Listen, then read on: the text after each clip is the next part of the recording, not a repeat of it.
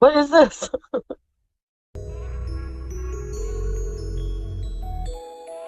Pathetic. She's so fat, she's so gross, she will never find love. Pathetic. The only one who can love this woman is the good Lord up above, around and pathetic. She will never change, she will always stay the same.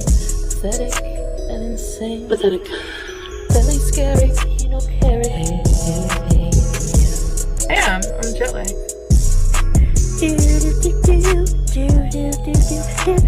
Pathetic.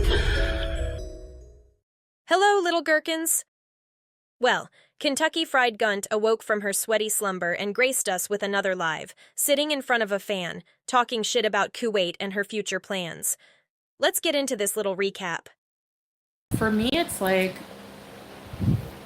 you cannot survive being super morbidly obese here. So I've been struggling because honestly, it's really hard. It's really hard, and just the heat alone, like if you're like really big, and just movement. So, but I was like surprised that just in a little bit of time, I'm able to move more. You know. Anyways, um, I hope it continues like that. These are the same tired talking points that she gave us during the Kuwait era. She was there all of an hour and raved about how the weight was going to just fall off because she's walking more and can already tell the difference in her endurance. Yet here we are, still fat, sweaty, and out of breath. Now, I have a video coming out. We went to KFG. We went into Damascus yesterday. So I have a vlog on that, but yeah. I gotta do more. Honestly, Damascus is like, honestly, because I haven't eaten any, I decided to we tried their fried food. I almost got sick in the restaurant because like I'm not used to eating greasy food. Like I haven't eaten greasy food in a little while. Ma'am, you ate French fries 2 days ago. Chantal thinks because she didn't show it on camera it didn't happen. She's such a skinny legend now. And I can't find my toothbrush. I gotta find that today. I lost it yesterday. Yesterday morning I was like, Soda, hurry up, we're going. I'm like, I can't leave without brushing my teeth. Ugh. And I'm gonna out Salah because he's been complaining more than me. Yeah.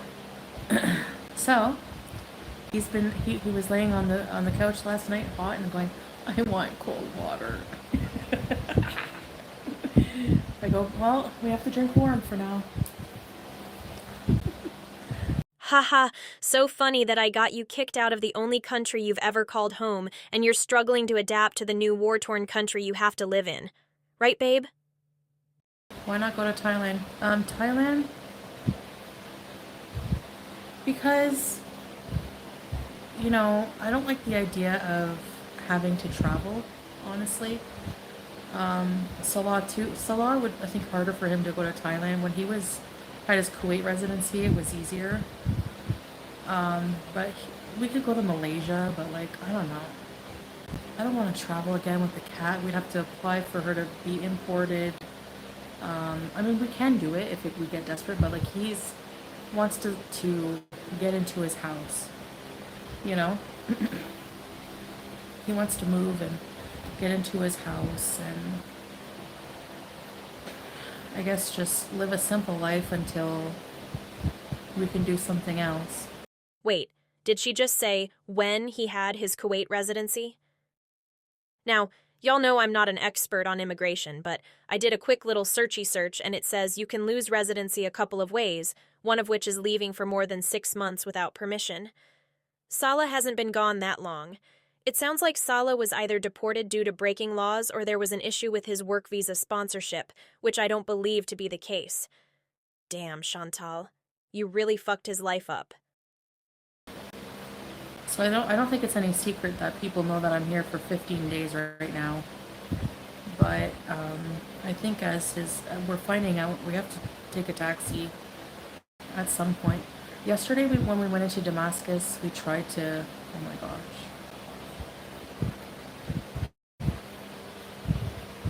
The immigration office in Damascus.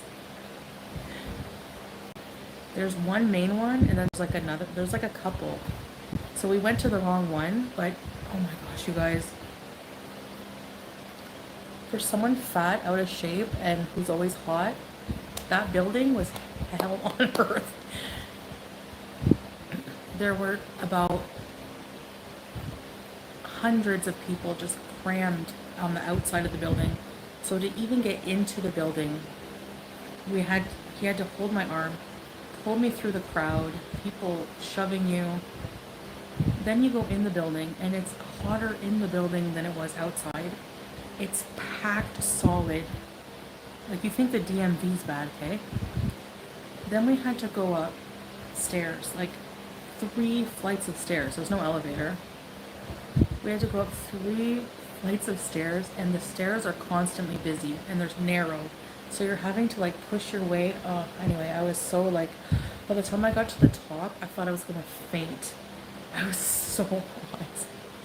I was sweating buckets, and then they're like, oh no, it's the wrong place. Anyway. So, gotta find out where to go, what to do.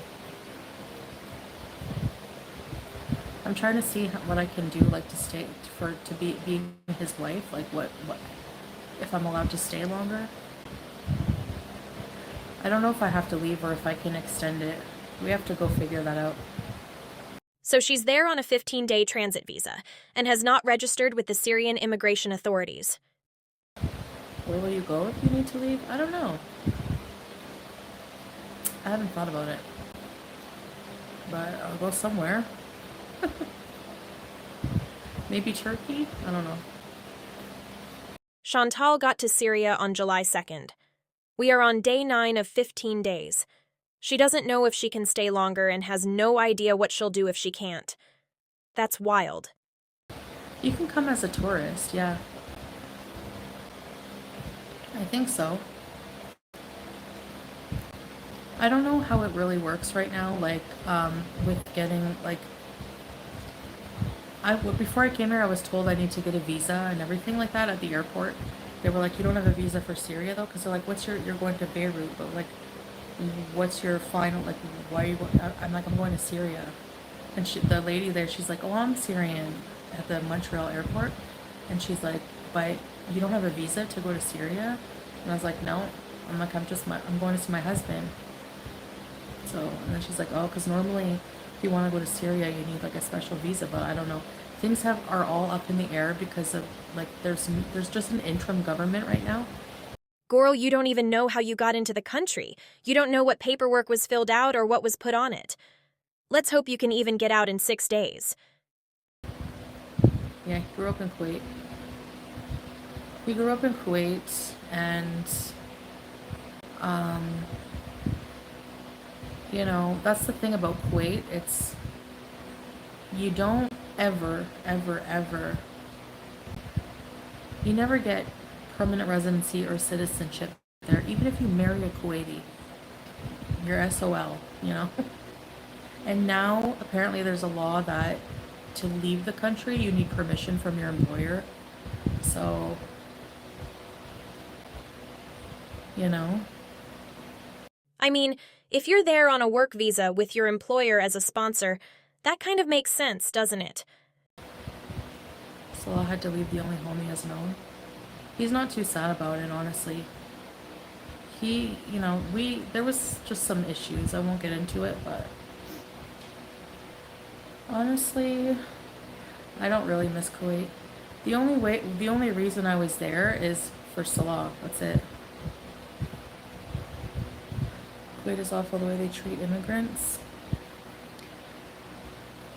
Now that I'm not there, if I'm being honest, you know, I had like, yeah, Kuwait is better if you have money, right? But if you're an expat, come in to do certain work. I don't know.